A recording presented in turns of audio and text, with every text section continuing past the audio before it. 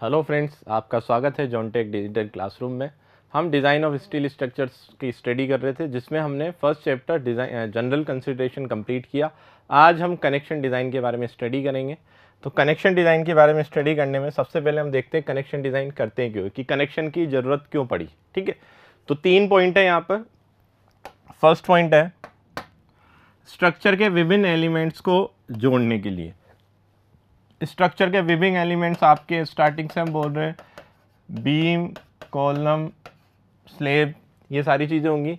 Structure का हमने definition भी देखी थी, उसमें हमने बोला था कि structure is assembly of component.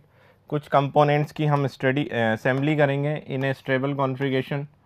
ये इस तरीके से हमने असेंबली कर दी थी। तो इन असेंबल को, जैसे कि ये आपका बीम है और ये आपका कॉलम है, इनको आपस में कनेक्ट करने के लिए जो सिस्टम चाहिए उसे हम कनेक्शन है, मतलब इनको आपस में कनेक्ट करने के लिए हमें कनेक्शन डिज़ाइन की स्टडी करनी पड़ती है। ठीक है, तो स्ट्रक्चर के विभिन्न एलिमेंट्स को जोड़ने के लिए हम कनेक्शन डिज़ाइन की ज़रूरत पड़ेगी, हमें कनेक्शन डिज़ाइन की आवश्यकता है हमें। बिल्टअप सेक्शन को बनाने के लिए, बिल्टअप सेक्शन का मतलब ये है कि ये भी हम देख चुके हैं कि जब एक रोल्ड सेक्शन से आपका लोड रेजिस्ट नहीं होगा, तब हम दो सेक्शंस को मिला करके एक बिल्टअप सेक्शन बनाएंगे। तो इनको कनेक्ट करने के लिए हमें कनेक्शन की जरूरत पड़ेगी। ये हमारा बिल्टअप सेक्शन है।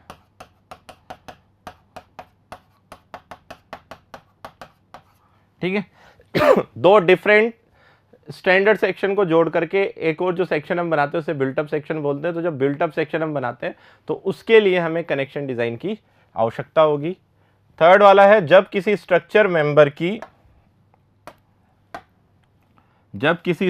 मेंबर की लेंथ अवेलेबल लेंथ से कम हो। ठीक है, जैसा कि आपको 10 मीटर लेंथ का कॉलम चाहिए कोई भी, या बीम चाहिए, और आपके पास 5 मीटर का अवेलेबल है स्टैंडर्ड, तो आप क्या करोगे, दो 5-5 मीटर की लेंथ को जोड़ोगे।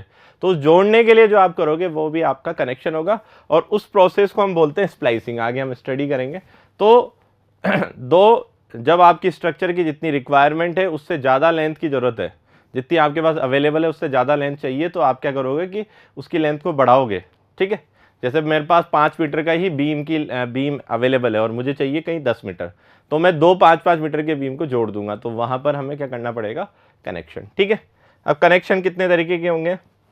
रिवेटेड कनेक्शन होगा जिसको हम WSM से पढ़ेंगे, बोल्टेड कनेक्शन होगा उसको हम LSM से पढ़ेंगे, और वेल्डेड कनेक्शन जो होगा वेल्डिंग वाला उसको हम बोथ WSM एंड LSM से स्टडी करेंगे। ठीक है, काफ़ी इंपॉर्टेंट होता है आपका कनेक्शन डिज़ाइन। इसमें से काफ़ी कोडल प्रोविजंस बनते हैं, उससे रिलेटेड काफ़ी क्वेश्चंस आते हैं। तो सबसे पहले हम स्टार्ट करेंगे रिवेटेड कनेक्शन। रिवेटेड कनेक्शन में अगर आप देखो तो ये तो एक्चुअल में कहीं रिवेटेड कनेक्शन हो रखा है उसका डायग्राम है, और ये आपका रिवेट का डायग्राम है। तो रिवेट में क्या होगा, एक तरफ आपका हेड पोर्शन होता है। हेड पोर्शन का मतलब जो रिवेट का डायमीटर है उससे थोड़ा ज़्यादा डायमीटर, और एक होता है आपका शैंक पोर्शन, और शैंक के डायमीटर से ही रिवेट को रिप्रेजेंट किया जाता है। ठीक है, क्या करते हैं कि जिन दो प्लेट्स को जोड़ना है उन प्लेट्स पर होल करोगे, होल पर से आप रिवर्ट इंसर्ट करोगे। एक तरफ तो हेड पोर्शन है, दूसरी तरफ जहां पर आपका इस तरीके से पोर्शन है, यहां पर इंपैक्ट लगा करके हम हेड बना देंगे, ताकि दोनों तरफ से आपका डायमीटर ज़्यादा हो जाए और वो प्लेट आपके आपस में क्लैंप हो जाए। ठीक है, सिंपल सा प्रोसेस है। यहां देखोगे तो ये सब आपके रिवेट्स है, ये रिवेट है, ये रिवेट्स है, ये रिवेट है। ठीक है, तो इसमें अगर आप देखोगे तो ये आपका बीम था और यहाँ से ये कॉलम है, तो इनको जोड़ दिया किसके थ्रू, कनेक्शन के थ्रू। कनेक्शन का सिस्टम यहाँ पे क्या रखा, रिवेट। ठीक है, तो रिवेट के बारे में देख लिया। सिंपल प्रोसेस है, एक तरफ हेड है दूसरी तरफ शैंक है। शैंक का जो डायमीटर है उसी के अकॉर्डिंग रिप्रेजेंट किया जाता है रिवेट को।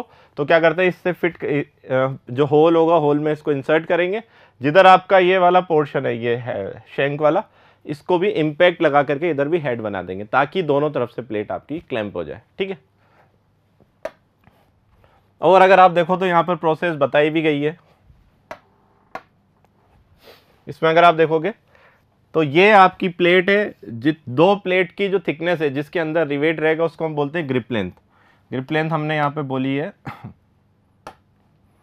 ये यहाँ से यहाँ तक की जो थिकनेस है उसको हमने बोला है ग्रिप लेंथ। ठीक है, जैसे अगर इसकी T1 होगी इसकी T2, तो ग्रिप लेंथ है हमारी T1 प्लस T2। ठीक है, इसमें अगर आप देखोगे तो डी को हम बोल रहे हैं नॉमिनल डायमीटर ऑफ रिवेट। जो रिवेट का शैंक पोर्शन का डायमीटर है उसको हम बोल रहे हैं नॉमिनल डायमीटर।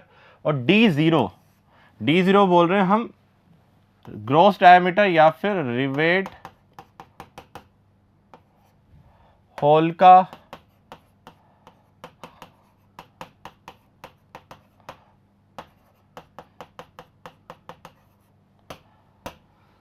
रिवेट होल का डायमीटर। ठीक है, और जो D0 है वो D से हम ज्यादा रखते हैं। ठीक है, यहां देखोगे आप तो ये तो D0 है यहां से यहां तक, और ये आपका D है, और इनके बीच में हमने ये जो पोर्शन है उसको हम बोल रहे हैं इनिशियल क्लियरेंस। तो D0 को D से ज़्यादा रखते हैं। जो होल का डायमीटर है उसको रिवेट के नॉमिनल डायमीटर से ज़्यादा रखा जाता है। इसका कारण ये है कि जैसे ही आप इम्पैक्ट लगाओगे, जैसे यहाँ प्रोसेस आपको बताई गई है, ये रिवेट इंसर्ट किया, ये आपका रिवेट है, इस तरफ आपका हेड पहले से ही था, यहाँ पर हेड नहीं था, फिर ये हथौड़े से यहाँ पर फिर से हेड बना दिया। तो जैसे ही आप इम्पैक्ट लगाओगे हेड बनाने के लिए तो रिवेट का डायमीटर बढ़ जाएगा, और रिवेट का डायमीटर बढ़ेगा तो उस डायमीटर को बढ़ने के लिए जो क्लियरेंस आपको चाहिए वो हम प्रोवाइड करते हैं D0 से, जो एक्स्ट्रा आप प्रोवाइड देते हो। ठीक है, तो और ये अजम्पशन हम लेकर चलते हैं कि जो रिवेट है वो रिवेट होल को पूरा फिल कर देता है। तो इम्पैक्ट की वजह से जो रिवेट का डायमीटर बढ़ रहा है होल में, तो वो जितना डायमीटर बढ़ेगा उतना आपको क्लियरेंस रखना पड़ेगा। ठीक है, तो क्लियरेंस के लिए ही हम D0 को D से ज़्यादा रखते हैं। ठीक है, नेक्स्ट यहाँ पे कुछ टाइप्स ऑफ रिवेट है, मतलब शेप के अकॉर्डिंग रिवेट के टाइप्स हैं। सबसे कॉमन है स्नैप हेड रिवेट, इस तरीके का शेप होगा। पैन हेड रिवेट है, यहाँ पर इसको फ्लैट कर देते हैं, और एक आपका काउंटर शेप रिवेट है। ठीक है, तो जैसे शेप है उसके अकॉर्डिंग है। जनरली जो यूज होता है आपका स्नैप हेड रिवेट और यूज होता है। नेक्स्ट यहाँ पर हम देखेंगे सम इंपॉर्टेंट स्पेसिफिकेशंस, कुछ इंपॉर्टेंट स्पेसिफिकेशंस देखेंगे rivet related to the riveted joint, और इनमें से कुछ स्पेसिफिकेशंस हमारी बोल्टेड जॉइंट में भी वैलिड है। वो वहाँ पर हम देख लेंगे कि कौन सी वाली स्पेसिफिकेशन रिवेट से डिफरेंट होगी, वही फिर हम बोल्ट में पढ़ेंगे। ठीक है, तो यहाँ पर एक आपको कनेक्शन गिवन है, यहाँ पर ये दो प्लेट्स हैं, इनको जोड़ने के लिए हेड टू हेड आपने जोड़ा है। ये एक टाइप का कनेक्शन है जिसको हम बट जॉइंट बोलते हैं, आगे हम स्टडी करने वाले हैं। और इसके ऊपर दो प्लेट लगी हुई है, कवर प्लेट्स। ठीक है, ये तो आपकी मेन प्लेट है,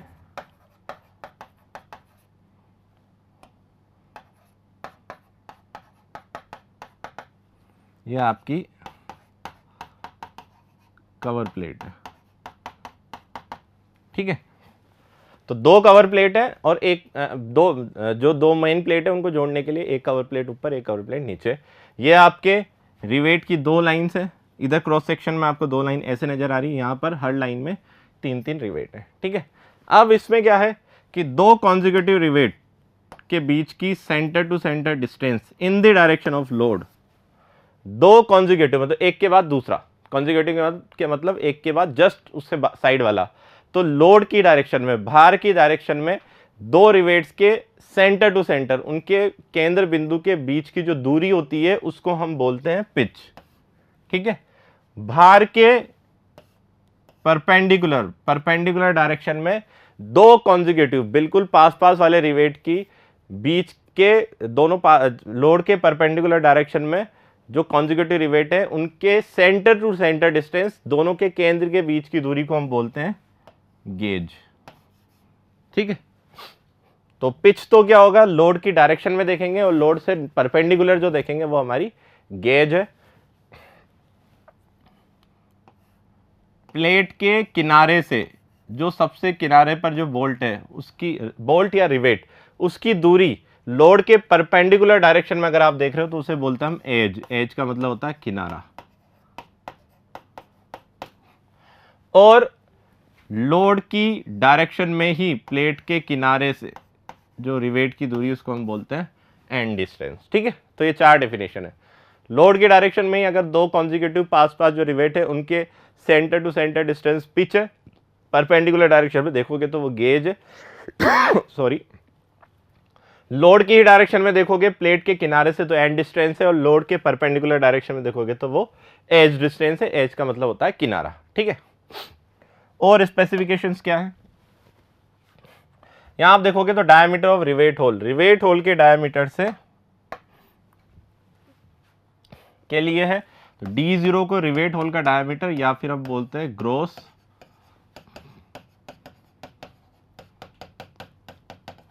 ग्रॉस डायमीटर बोलते हैं इसे। तो D0 क्या होगा, D प्लस 1.5 mm। कब तक, जब D आपका 25 mm से कम या फिर उसके इक्वल है। तो जब आपका D 25 mm से कम या उसके इक्वल है तब तो हम क्लियरेंस प्रोवाइड करते हैं 1.5 mm का, ठीक है। D0 is equal to D plus 2 mm जब आपका डायमीटर 25 से ज़्यादा, तो जब 25 mm से ज़्यादा है नॉमिनल डायमीटर रिवेट का, तब हम 2 mm का क्लियरेंस प्रोवाइड करते हैं, ठीक है। मिनिमम पिच के लिए अगर हम बात करें तो मिनिमम पिच होती है 2.5 गुना 2.5 into nominal diameter, nominal diameter का मतलब है D, ठीक है। ग्रॉस डायमीटर होता तो D0 होता। तो मिनिमम पिच जो है हमारी वो है 2.5 into nominal diameter, 2.5 into D। Minimum and और एज डिस्टेंस दोनों के लिए सेम ही है। मिनिमम एज और एंड डिस्टेंस के लिए है 1.5 D0, 1.7 D0 for machine cut element. जब प्लेट्स को मशीन से काटा गया है, ठीक है। जब मशीन प्लेट को मशीन से काटा गया तब तो 1.5 इंटू D0, मशीन से कट करोगे तो स्मूथ एंड होंगे। और जब प्लेट को हैंड से काटा गया है, जब प्लेट्स को हैंड से काटा गया है उस केस में 1.7 into D0, D0 is the gross diameter of rivet, ठीक है। तो क्लियर है, जब मशीन कटे तो 1.5 और जब आपका हैंड कटे तो 1.7। ये तो मिनिमम स्पेसिफिकेशन थे। मैक्सिमम एज डिस्टेंस की अगर बात की जाए मैक्सिमम एज डिस्टेंस की बात की जाए तो 12T इंटू एप्सिलॉन, यहां पर एप्सिलॉन है, इसको 250 डिवाइडेड बाई Fy और उसका अंडर रूट, इस तरीके से रिप्रेजेंट करते हैं इसको।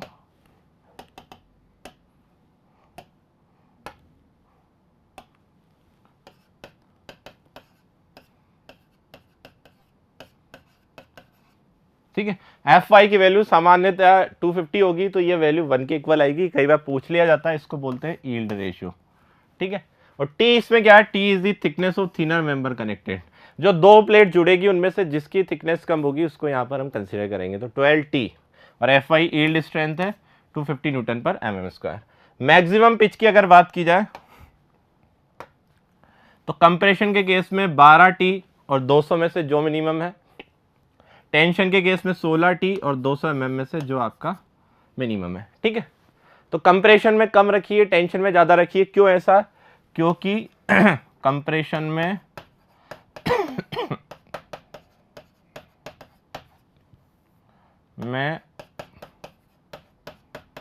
बकलिंग के चांसेस होते हैं। इस वजह से कंप्रेशन में 12T और टेंशन में 16T। कैसे बकलिंग के चांसेस होते हैं, अगर इसको हम देखा है ये एक प्लेट है, ये एक और प्लेट कनेक्टेड है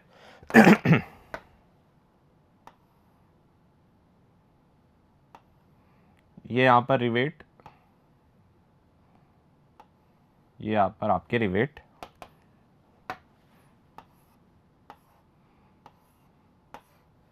अगर मैं यहां पर से कंप्रेशन लगाऊं,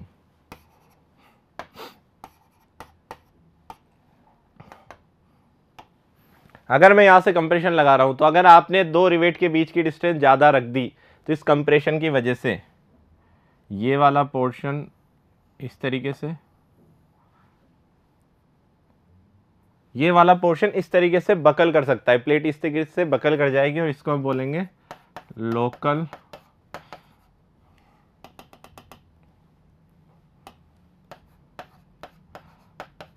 बकलिंग।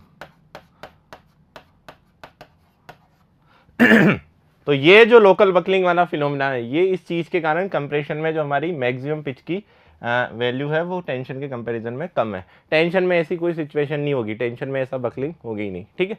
इसलिए कंप्रेशन में 12 टी और टेंशन में 16 टी, ठीक है। नोट यहाँ पे गिवन है।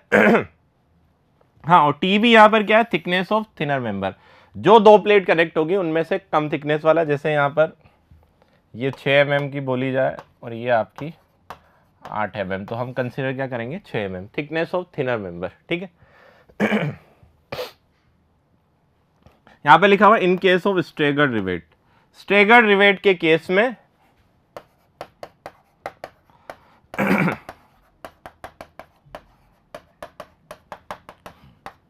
रिवेट के केस में जो वैल्यूज हैं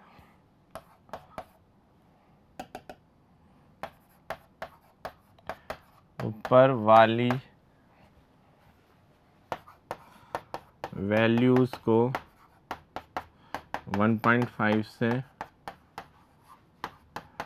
गुना कर दिया जाता है। स्टैगर्ड रिवेट के केस में ऊपर वाली वैल्यूज को 1.5 से गुना कर दिया जाता है, मतलब ऊपर वाली वैल्यूज का 1.5 गुना हम लेते हैं, ठीक है। स्टैगर्ड का मतलब क्या है, एक लाइन में नहीं है, जैसे एक यहाँ पर आ गई तो अब यहाँ पर रिवेट नहीं होगा, एक यहाँ पर होगा, फिर ये एक इस तरीके से होगा, फिर ये इस तरीके से, फिर ये इस तरीके से, ठीक है।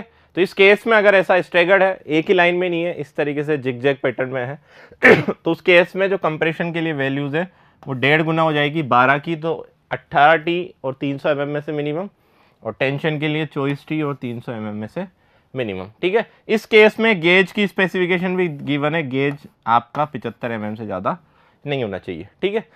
तो यहाँ पर हमने लिख दिया इस लाइन का मतलब कि स्टैगर्ड रिवेट के केस में ऊपर वाली वैल्यूज को 1.5 से गुना कर दिया जाता है, 1.5 गुना कर दी जाएगी ऊपर वाली वैल्यूज का, ठीक है।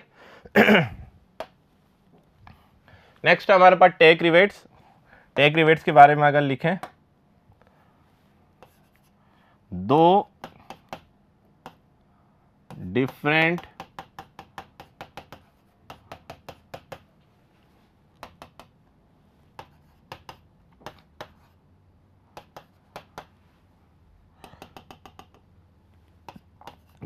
सेक्शंस को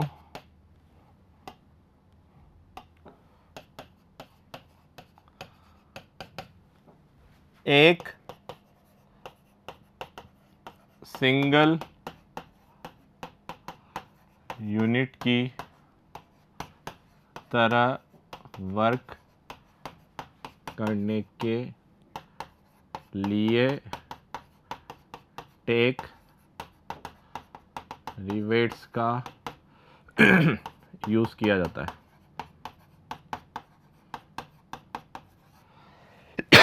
दो डिफरेंट सेक्शन को एक सिंगल यूनिट की तरह वर्क करने के लिए टेक रिवेट का यूज किया जाता है, ठीक है। कहीं पर दो अलग अलग सेक्शन है, जैसे इस डायग्राम में हम देखें तो यहां पर एक गसेट प्लेट वर्ड हमने लिखा है कि जिस प्लेट पे, जैसे आपको 3-4 एलिमेंट एक साथ जोड़ने हैं, तो एक आपको उनको जोड़ने के लिए एक मीडियम प्रोवाइड करना होगा। किस तरीके से, एक बार अगर यहां देखें तो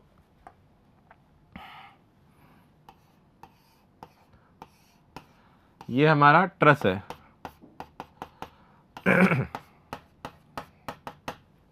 ये हमारा ट्रस है, इसमें अगर बोला जाए इन दोनों को कनेक्ट करना है, ये दोनों यहाँ पे आके कनेक्ट होंगे, तो इनको कनेक्ट करने के लिए बीच में एक मीडियम प्रोवाइड करना पड़ेगा, वो गसेट प्लेट है,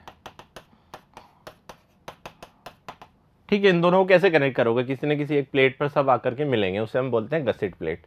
तो इसमें अगर आप देखोगे तो दो यहाँ पे दो व्यू यहाँ पर बताए हुए हैं, एक तो गसेट प्लेट के इस तरफ प्लेट है, एक उसके पीछे की तरफ भी प्लेट है। तो ये तो आपके एलिमेंट से जो जुड़ रहे हैं, ये प्लेट्स तो एलिमेंट है और किस पे जुड़ रहे हैं, गसेट प्लेट पे, ठीक है। अगर आपको कहीं पर बोला जाए कि 10 mm थिकनेस की रिक्वायरमेंट है और आपके पास 5-5 mm की दो प्लेट्स है, तो हम क्या करेंगे, 5-5 mm की दो प्लेट को जोड़ करके 10 mm थिकनेस बनाएंगे। सेम यहाँ पर ऐसा हो रहा है। तो जैसे ये वाली एक प्लेट दिख रही है, एक प्लेट पीछे भी है, इस वाले सेक्शन में देखोगे तो ये गसेट प्लेट है, दो प्लेटें इस तरीके से जोड़ी हुई है, ठीक है। अब क्या है कि जब तक गसेट प्लेट है, गसेट प्लेट तक जो आपके रिवेट जुड़ेंगे उनको यहाँ पर बोला गया है स्ट्रक्चरल रिवेट, उनको यहाँ पर बोला गया स्ट्रक्चरल रिवेट। सेम यहाँ पर भी वो जो गसेट प्लेट तक जुड़ रहे हैं वो आपके क्या है, स्ट्रक्चरल रिवेट। उसके बाद में गसेट प्लेट के बाद में भी वो दोनों प्लेट एक सिंगल यूनिट की तरह वर्क करे, इसके लिए उनको थ्रू आउट द लेंथ किसी न किसी अरेंजमेंट से जोड़ना पड़ेगा। तो वो जो अरेंजमेंट होता है उसको हम बोलते हैं टेक रिवेट। ठीक है, तो दो डिफरेंट सेक्शन को एक सिंगल यूनिट की तरह वर्क करने के लिए हम यूज करते हैं गसेट टेक रिवेट का। अब यहाँ पर हम पहला केस देख रहे हैं इसमें कि व्हेन प्लेट एलिमेंट, जब आपको ने प्लेट एलिमेंट्स को टेक रिवेट किया तो उस केस में, ठीक है। तो यहाँ पर हमने देखा दो तरह के रिवेट हैं, एक तो स्ट्रक्चरल रिवेट है जो गसेट प्लेट से जुड़ रहे हैं जो कि गसेट प्लेट से एलिमेंट को जोड़ेंगे, और टेक रिवेट क्या है कि जो डिफरेंट सेक्शन को, दो डिफरेंट सेक्शन है एलिमेंट के, उनको एक सिंगल यूनिट की तरह वर्क करने के लिए हम एक अरेंजमेंट करेंगे जोड़ने वाला, उसको हम बोलते हैं टेक रिवेट। ठीक है, तो पहली बात तो हम डिफरेंस देख लेते हैं। तो स्ट्रक्चरल रिवेट तो क्या होते हैं,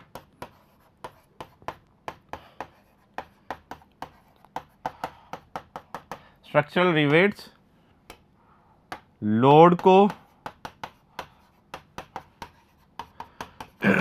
रेजिस्ट करते हैं, स्ट्रक्चरल रिवेट लोड को रेजिस्ट करते हैं, लेकिन टेक रिवेट्स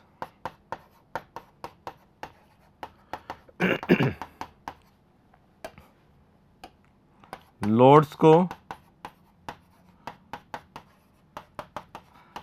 रेजिस्ट नहीं करते हैं। टेक रिवेट लोड को रेजिस्ट नहीं करते, एक तो ये डिफरेंस है।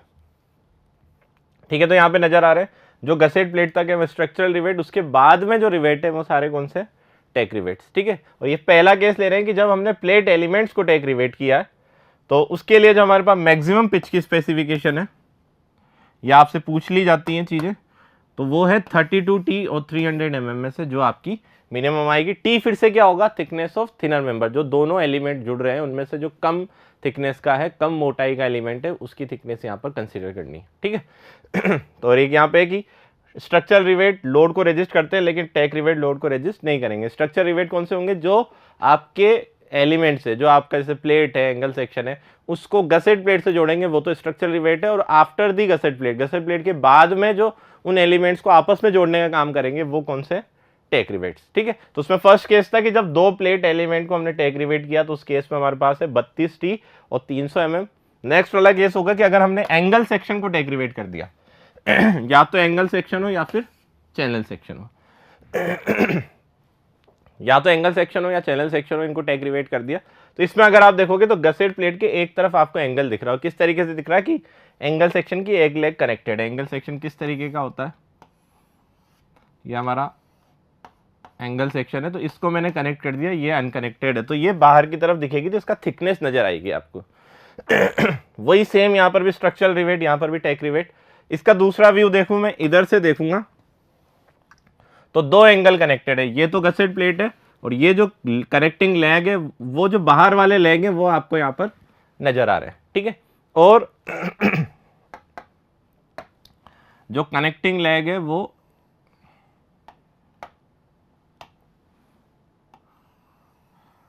इस तरीके से यहाँ पर जुड़े हुए हैं,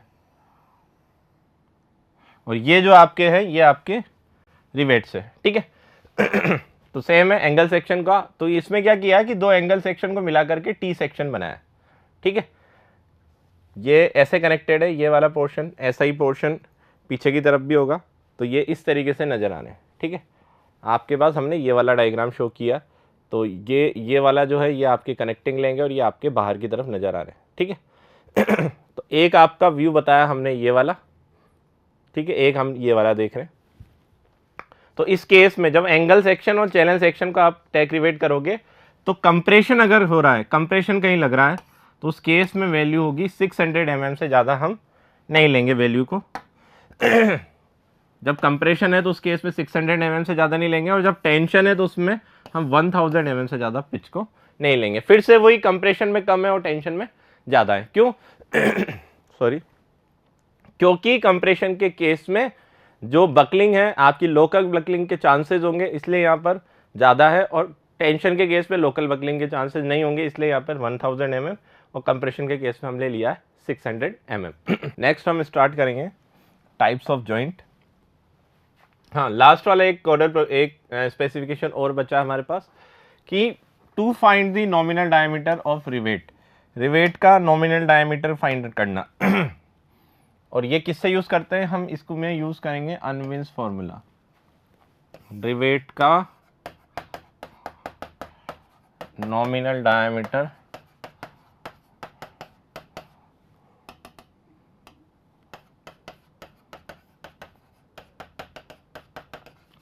ठीक है। और किससे यूज होता, किससे हम निकालेंगे, अनविन्स फॉर्मूला से। इसका यूज कब लेंगे, कई बार आपको रिवेट का डायमीटर गिवन नहीं होगा और क्वेश्चन में ऐसा होगा कि जैसे 12 mm की दो प्लेट्स को कनेक्ट करना है, तो फिर उस केस में हम किस तरीके से रिवेट का नॉमिनल डायमीटर निकालेंगे। तो उसके लिए हमारे पास इंपेरिकल रिलेशनशिप है, उससे बोलते हैं हम अनविन्स फॉर्मूला। और अनविन्स फॉर्मूला बोलता है कि D = 6.04 √T। D है यहाँ पर नॉमिनल डाया रिवेट का, ठीक है।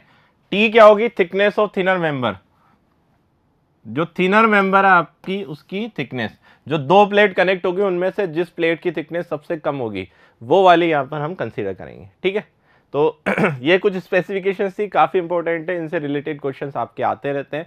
नेक्स्ट में हम देखेंगे टाइप्स ऑफ जॉइंट, कि हमारे पास कितने टाइप के जॉइंट है। तो हमारे पास बेसिकली दो टाइप के जॉइंट है, एक तो होते हैं लैप जॉइंट जिसमें हम प्लेट्स को ओवरलैप करके जोड़ते हैं, और एक होते हैं बट जॉइंट जिसमें हम प्लेट्स को हेड टू हेड एक सिंगल लाइन में कनेक्ट करेंगे, तो वो तो आपकी बट जॉइंट। और लैप जॉइंट क्या होगा, जब प्लेट्स को हम ओवरलैप करके जोड़ेंगे। तो उसमें सबसे पहले हम देख रहे हैं लैप जॉइंट। इसमें अगर आप देखो तो ये दोनों आपकी मेन प्लेट है, ये मेन प्लेट है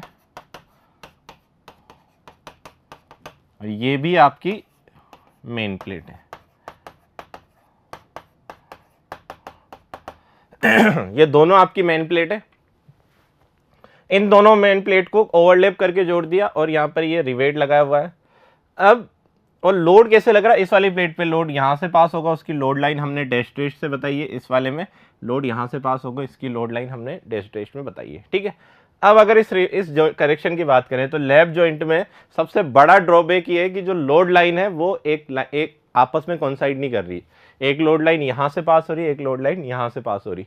जब दो इक्वल एंड अपोजिट, दो समान और अपोजिट लोड लगते हैं और उनके बीच में कोई डिस्टेंस होगी, जैसे अगर ये एक ही लाइन में होते तब तो कोई इशू नहीं था, लेकिन एक तो यहां से पास हो रहा है, एक यहां से पास हो रहा है, तो इन दोनों लोड के बीच में अगर कोई डिस्टेंस है और इन दोनों लोड के बीच में ये परपेंडिकुलर डिस्टेंस है, तो ये दोनों मिलकर के एक मोमेंट बनाएंगे और उस मोमेंट की वजह से इस कनेक्शन में बेंडिंग जनरेट होगी, जो कि हमारे लिए सही कंडीशन नहीं, क्योंकि बेंडिंग के लिए हम रिवेट को डिजाइन नहीं करते हैं, ठीक है। और अगर हम डिफॉर्म की बात करें तो यहां से ऐसे खींचोगे तो ये वाला इस तरीके से डिफॉर्म होगा, ये वाला इस तरीके से।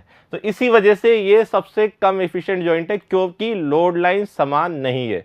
लोड लाइन समान नहीं होने की वजह से रिवेट में या कनेक्शन में बेंडिंग जनरेट हो रही है, ठीक है।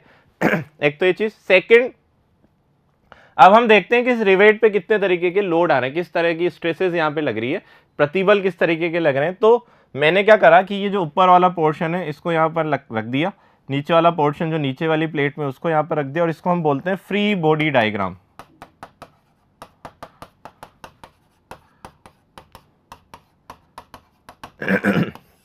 जब आप किसी भी एलिमेंट को कट करके रखते हो और उसमें जितने आंतरिक और बाहरी फोर्स जो बाहर लग रहे हैं उनको जब आप शो करते हो तो उसको हम बोलते हैं फ्री बॉडी डायग्राम, ठीक है। यह मैकेनिक्स का कॉन्सेप्ट है। इससे हमें ये पता चलेगा कि इसमें कितने तरीके के लोड लग रहे हैं।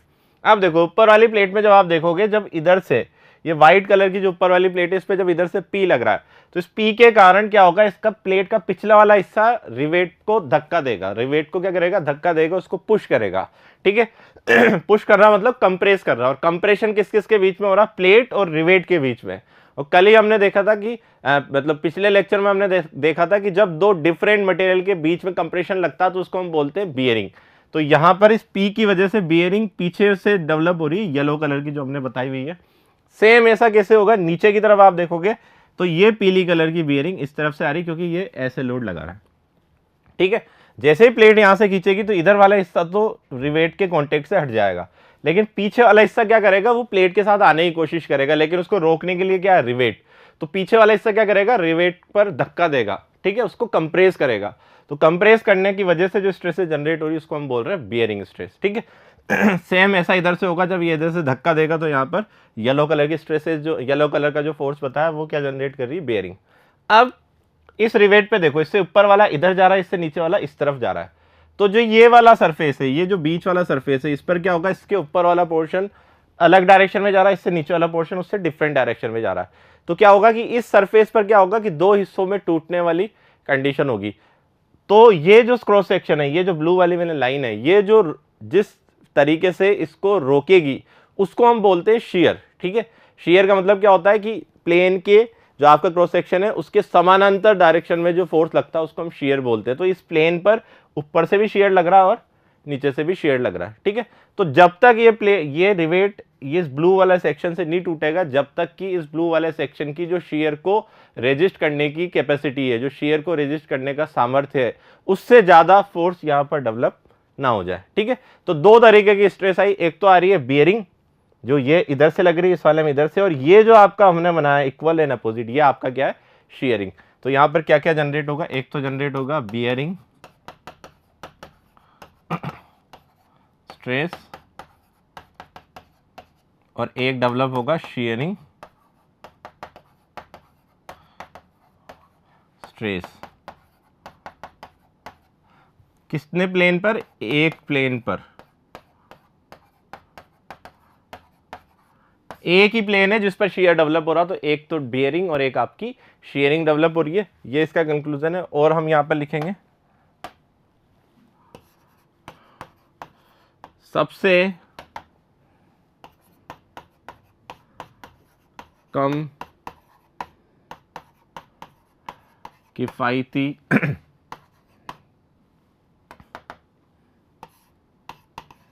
जॉइंट है क्योंकि लोड लाइन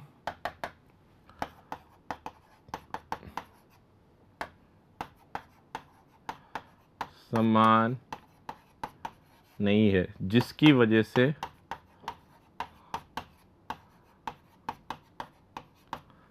वजह से कनेक्शन में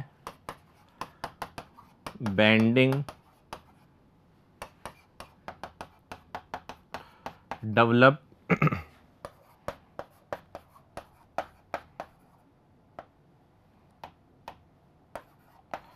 हो रही है, जिसकी वजह से कनेक्शन में बेंडिंग डेवलप हो रही है। सबसे कम किफायती जॉइंट है क्योंकि लोड लाइन समान नहीं है, जिसकी वजह से कनेक्शन में बेंडिंग डेवलप हो रही है। लोड लाइन समान नहीं थी, इसकी वजह से बेंडिंग आ रही है, इसलिए सबसे कम किफायती जॉइंट है ये। तो यहाँ पे क्वेश्चन बनते हैं कि कितनी स्ट्रेसेस, तो एक तो बियरिंग एक शेयरिंग, ठीक है, और किस तरीके का है, सबसे कम किफायती जॉइंट है। नेक्स्ट वाला हम देखेंगे बट जॉइंट, और बट जॉइंट में भी हमारा फर्स्ट है सिंगल कवर बट जॉइंट, ठीक है।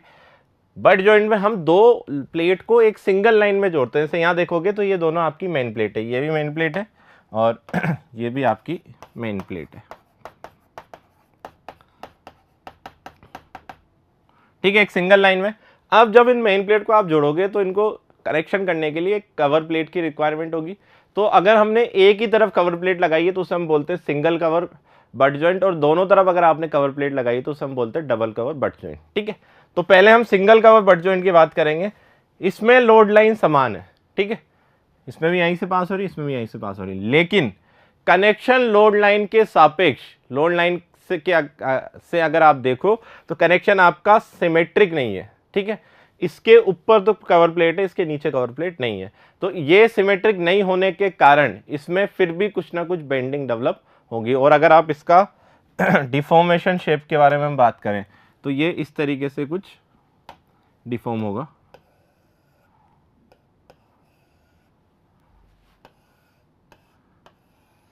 ठीक है।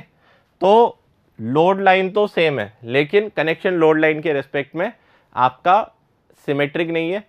सापेक्ष, लोड लाइन के सापेक्ष कनेक्शन सिमेट्रिक नहीं है, तो हम ऐसे बोलेंगे कि पिछले वाले कनेक्शन से तो थोड़ा ज़्यादा किफ़ायती है, मतलब लैप जॉइंट से तो ज़्यादा किफ़ायती, लेकिन सबसे ज़्यादा किफ़ायती जॉइंट ये नहीं है। ठीक है, फ्री बॉडी डायग्राम अगर हम देखें तो फ्री बॉडी डायग्राम में इस वाले का फ्री बॉडी डायग्राम बनाया तो दो हिस्से हैं, एक कवर प्लेट में, एक मेन प्लेट में। सेम वैसा ही हो रहा है, इधर से मैं खींच रहा हूँ तो ये हिस्सा पुश कर रहा है, और इसमें क्या होगा कि जब बाहर की तरफ जा रहा है तो एक कवर प्लेट इधर से इसको पुश करेगी, तो कवर प्लेट का तो बियरिंग इस तरफ और मेन प्लेट की बियरिंग इस तरफ, और इनके जो कॉन्टेक्ट सरफेस पे, जो ये कॉन्टेक्ट सरफेस है आपका, ये वाला कॉन्टेक्ट सरफेस है, यहां पर डेवलप हो जाएगी शियर। ठीक है, तो इसमें भी अगर आप देखोगे तो शियर का एक ही प्लेन है, तो एक प्लेन पर शियर।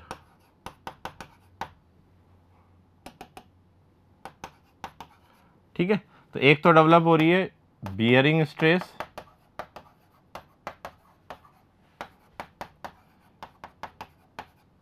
और एक डेवलप हो रही है शियरिंग।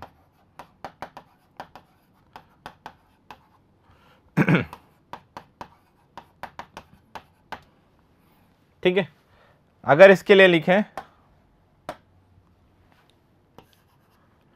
लैप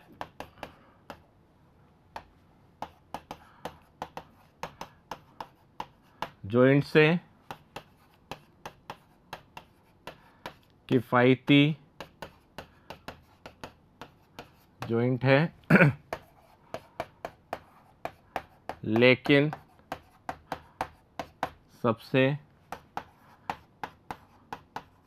किफायती का मतलब इफिशिएंट, सबसे किफायती जॉइंट नहीं है, क्योंकि कनेक्शन लोड लाइन के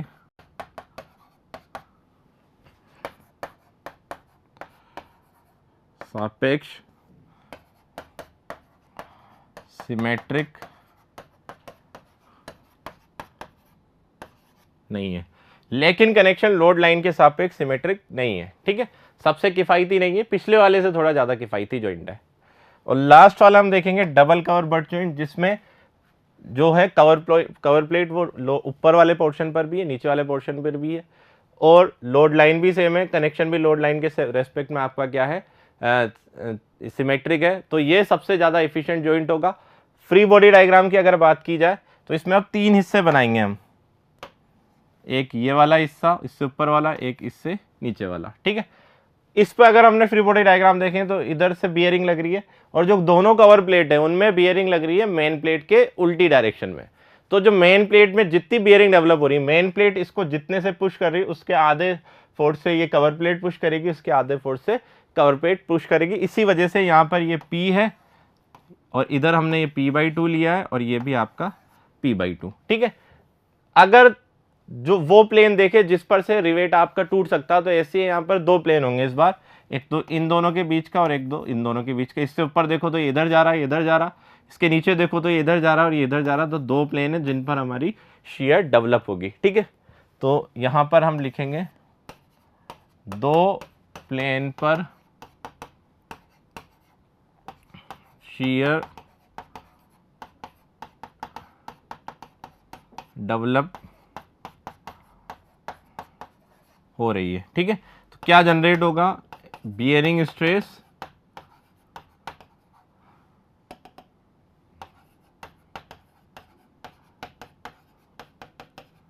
और डबल शियरिंग। डबल क्यों लिखा, क्योंकि दो प्लेन है जिसपे शियर आपकी डेवलप हो रही है। और कंक्लूजन क्या होगा कि सबसे किफायती जॉइंट है, और क्यों है, क्योंकि कनेक्शन भी लोड लाइन के कनेक्शन भी आपका लोड लाइन के रेस्पेक्ट में सिमेट्रिक है, और लोड लाइन भी क्या हो रही है, एक ही लाइन में लोड लाइन भी आपकी सेम है। ठीक है, तो यहां पर लिखेंगे यह सबसे किफायती जॉइंट है क्योंकि लोड लाइन सेम है और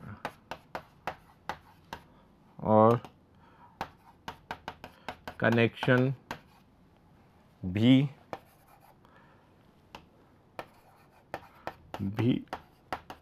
लोड लाइन के